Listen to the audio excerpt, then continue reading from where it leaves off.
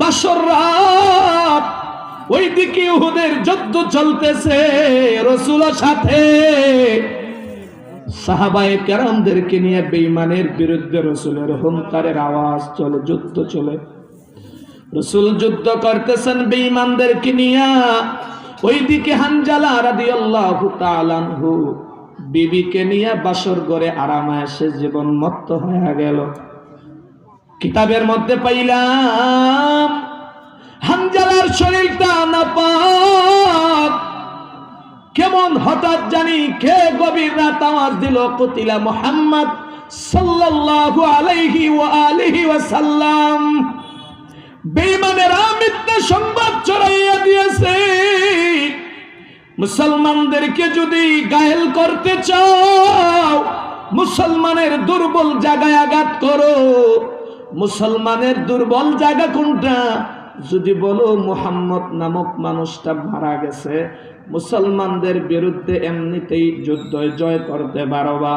কারণ মুসলমানেরা নিজের জীবন থেকে আমার রাসূলকে বেশি ভালোবাসে, ঠিক কিনা জুড়ে বলেন। সাহাবায়ে কেরাম নিজের জীবনের থেকে রাসূলকে বেশি বেশি ভালোবাসতেন। এই কথা শোনার পর সাহাবায়ে কেরাম সাময়িক পর্যায়ে দুর্বল হয়ে গেলেন। হায় রে, যেই নবীর জন্য যুদ্ধের ময়দানে আইলাম, এই নবী যদি না থাকে আমি সাহাবী দুনিয়ায় বেঁচে থেকে তো কোনো লাভ নাই। এক সাহাবী অলিতে গলিতের মধ্যে দৌড়ায় আর কয়, কে আছো? রাসূলের আশিক। উহুদের ময়দানে আমার রাসূলকে বেঈমানেরা শহীদ করে দিয়েছে। হানজালা রাদিয়াল্লাহু তাআলা আনহু গোসল ফরজ হয়ে গিয়েছে, গোসলখানায় কাপড় চোপড় নিয়ে রওনা। যেই সময় তার কর্ণকোহরে এই সংবাদ, এই আওয়াজ আসলো, আমার নবী নাকি দুনিয়া থেকে ইন্তেকাল হয়ে গেলেন, নবী নাকি দুনিয়ায় নাই। সাহাবায়ে কেরাম, একজন সাহাবী কথা বলার পরে হানজালা নিজেকে কন্ট্রোল করে রাখতে পারে না, তাড়াতাড়ি বিবির কাছে গিয়া কয়, বিবি গো, কাপড়গুলো তুমি তাড়াতাড়ি করে নিও, আর যুদ্ধের তরবারিটা আমার হাতের মধ্যে দিও। বিবি কয়, গোসলের জন্য রওনা দিয়েছ, গোসল না করে চেহারা বিবর্ণ হয়ে গেল, এখন কেন যুদ্ধের সামানাগুলো নিতে চান গো স্বামী?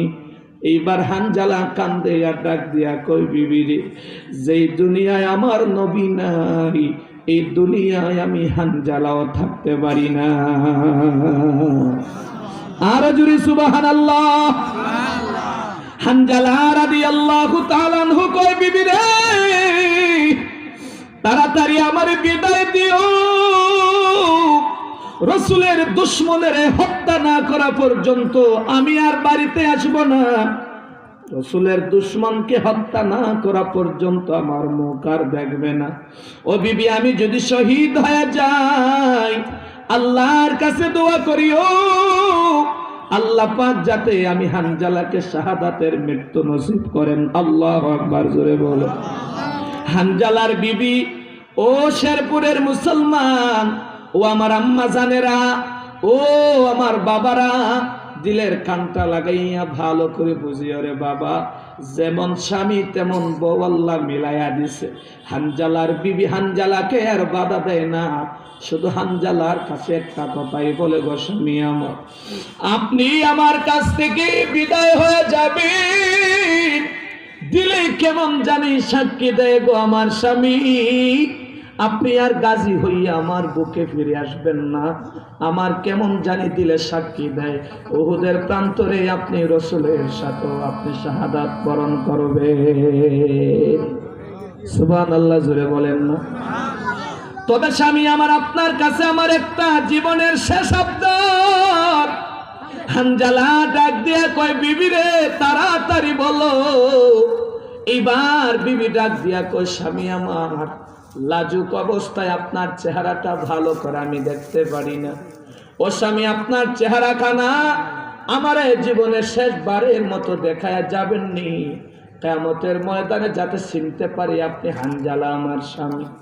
এবার হানজালা কান্দে আর কয়, বিবি রে, মানার মতন যদি কথা বলতাম আমি হানজালা মানতে পারতাম। তবে ভালো করে জানিয়ে রাখিও, আমি হানজালার চেহারাটা তোমার দেখাইতে পারবো না।